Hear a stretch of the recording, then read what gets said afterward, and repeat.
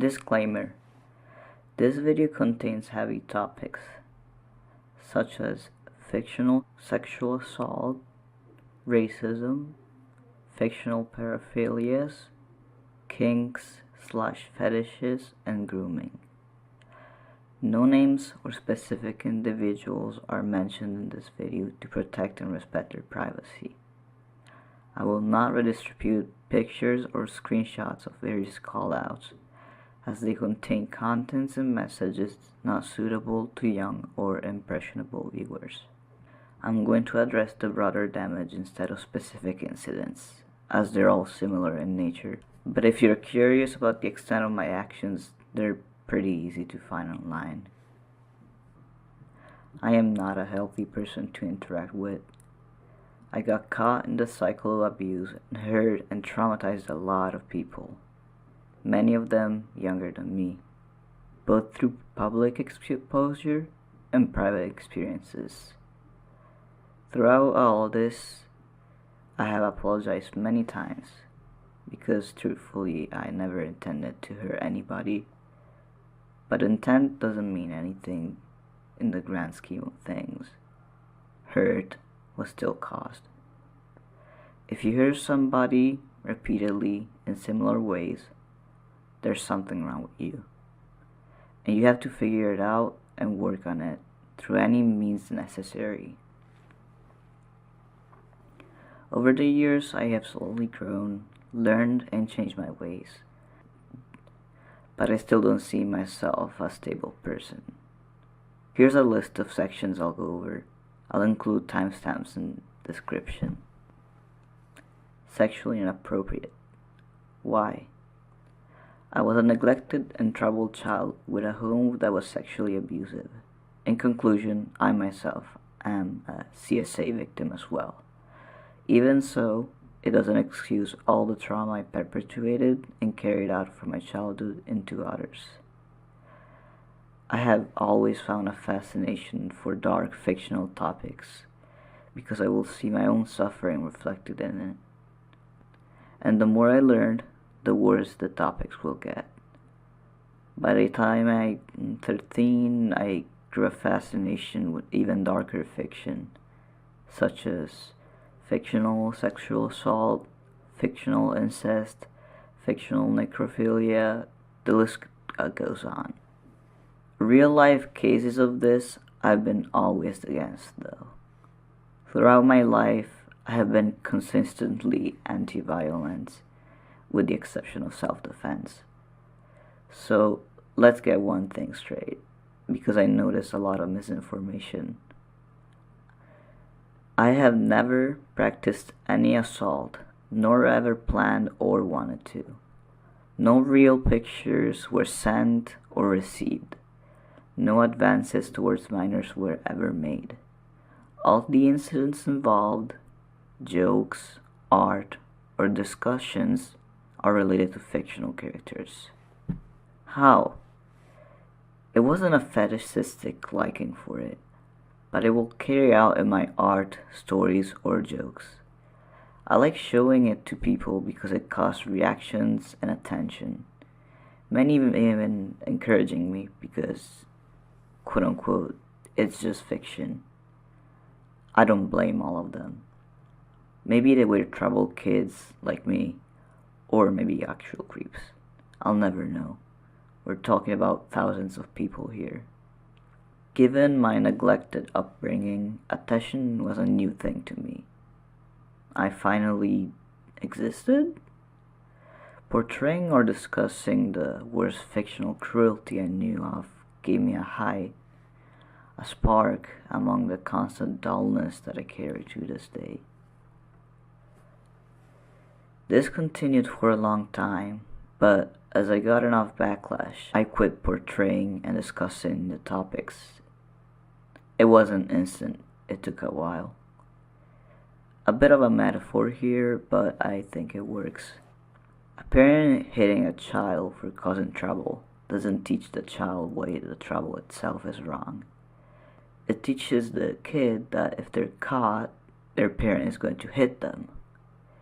Explanation of what makes the problem a problem might teach the kid why what they did is wrong. It might still take time to learn though, and different attempts. It doesn't mean the child is a lost cause. Mindsets take time to change. So, quitting due to backlash didn't address my problems, just the behaviors that stem from it. So I quit in public, but continued in private, and then hide or enable the others to hide proof out of fear of backlash. So here come the next contestants. Things like kinks or fetishes that people consider weird, but are actually incredibly common. I was aware that some of the things I discussed were fetishes or kinks for some people, but I thought that for me and the parties involved, those were but gross out jokes. Very popular jokes back then.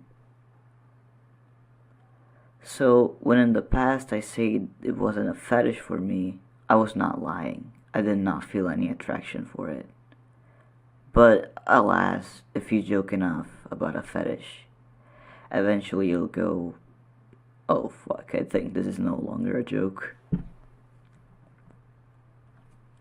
Up until 17, I thought it was alright to show explicit, fictional things to other minors because I was a minor too. At age 18, I thought, quote unquote, well, if it's just suggestive and doesn't show anything, then it's alright. So I never sent anything explicit as an adult to a minor. It took me a year or so, about 19 or 20, to realize, no! What the fuck? It's not okay. It took me so long to realize the problem is not that some people don't like it, but that it causes pain, and why it does. Since I was a toddler, this was my normal, and my normal is not normal. At the time of publishing this video, I'm 23. I like to think I have grown pretty normal about these things, showing or talking about things to adults only. It took me 20 years to learn something that should have been obvious since I was 15 or even earlier. I couldn't be any more disappointed in myself. I'm deeply sorry for everyone that got caught into this. I carry that regret every day. A small defense. The definition of a pedophile is a person who is sexually attracted to children. I personally refuse to label myself a pedophile or a groomer due to their meaning. Sexual grooming is the action or behavior used to establish an emotional connection with a vulnerable person, generally a minor under the age of consent, and sometimes the victim's family, to lower their inhibition with the objective of sexual abuse. I have no attraction and no intention to sexually interact with minors, nor lower their inhibitions with objective sexual abuse. I believe some labels might fit my case more accurately. Negligent, failing to take proper care over something. Reckless, heedless of danger or the consequences of one's actions. Rash or impetuous. Irresponsible, not showing a proper sense of responsibility. And ignorant, lacking knowledge or awareness in general. Uneducated or unsophisticated. I'm not a kitty diddler, but I'm still not a person you will want to have around. Call me whatever, but twisting the meanings of these terms causes more harm than good. Use your terms responsibly when the subject at hand is incredibly sensitive. I have some trivia related to the term groomer. Do you know about the song Sunshine Rainbow White Pony. It has a pretty sweet meaning and a sick music video as well. But people have tainted it because the chorus, sung in Chinese, is phonetically similar to the N-word, and people, mostly not black, turned it into a meme. And so a parody of this meme was made, called Groomer Nene. People often make animations of an individual with allegations dancing to the song Groomer Nene as an attempt of mockery, because the correct thing to do when a victim is suffering is animating a goofy video of a groomer dancing. Do what you will with that info. It just makes me think about how out of hand things on the internet get sometimes.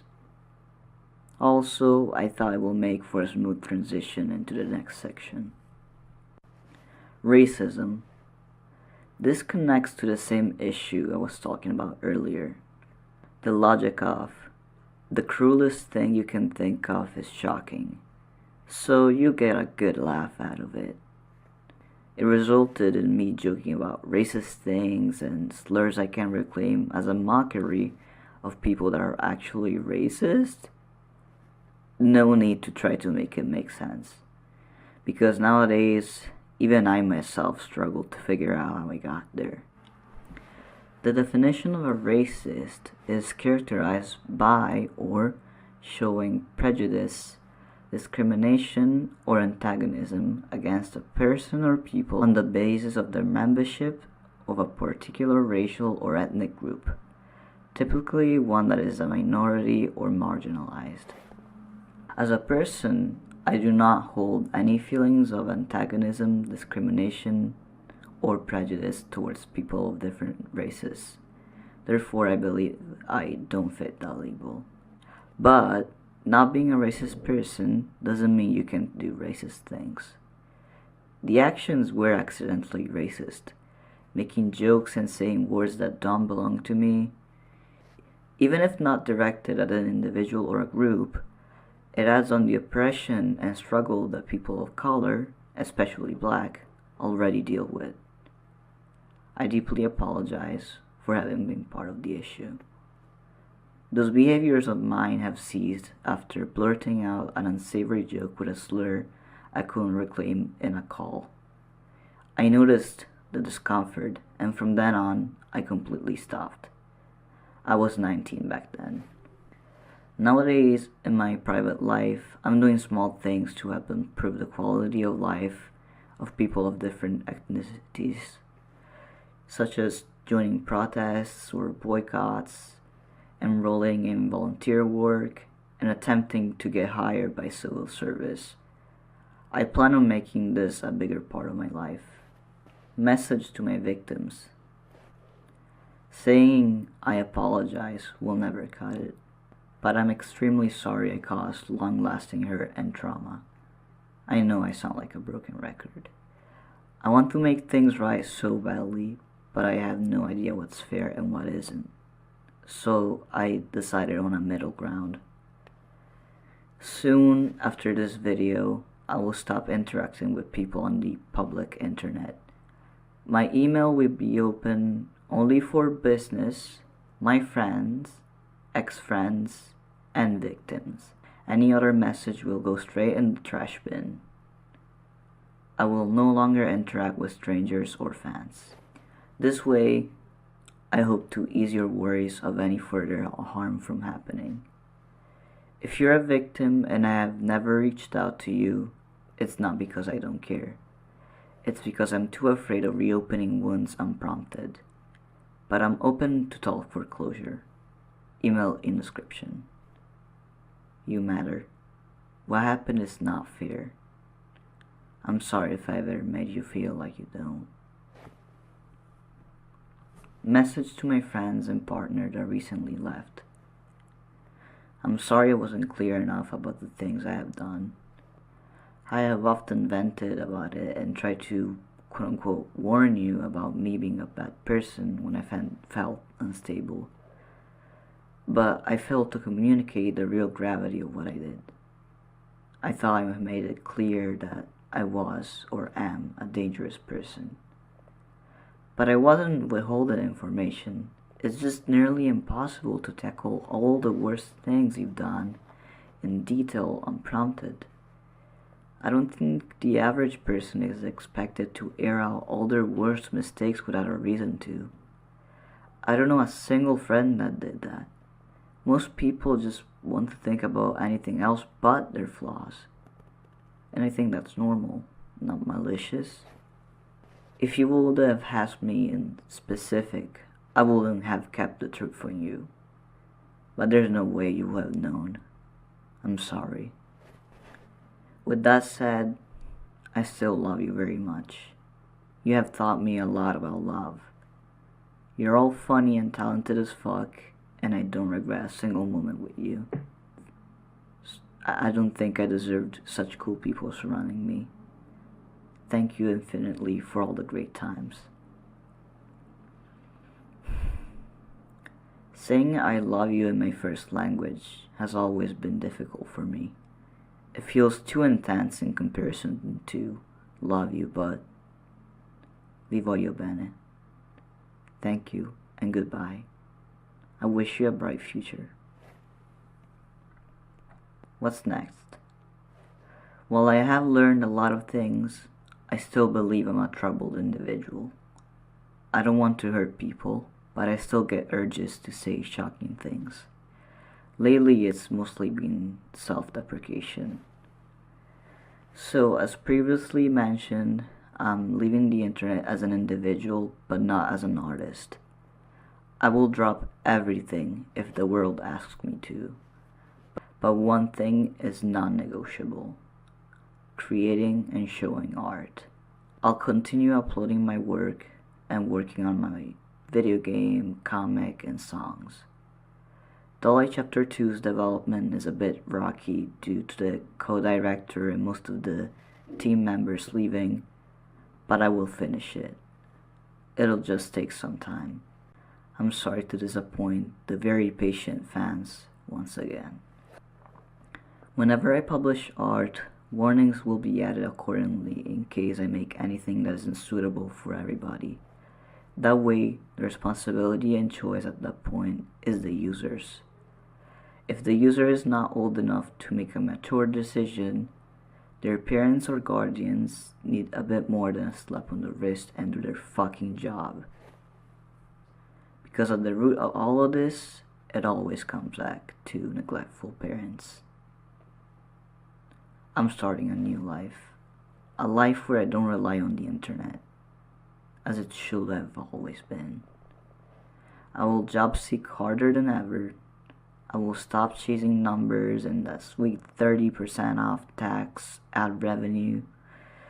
Art will be a hobby again. As I'm finishing writing this, I just got home from the psych ward and my psychiatrist activated services that will help me sort out my mental instability.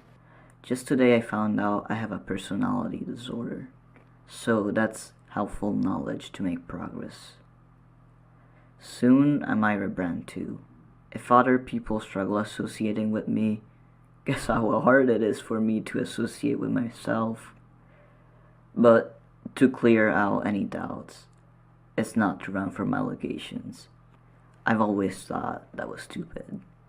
People can just edit titles and warn others it's still me. I don't mind. I deserve it. Changing my username 5 years ago hasn't stopped anyone from calling me sleepykinq, you know? I mostly think of it as a symbol of my fresh start. A life where I don't care about what strangers think of me, but only about what I think of myself and about helping others. I've been often holding my true self back in art in fear of doing something that people don't like, out of fear of people calling me problematic. No, don't worry, I'm not gonna draw anything illegal or the type of things I will draw at 15. But I am problematic. I will forever be remembered as problematic. and my chances of working in the art industry or working with big names are forever stunted.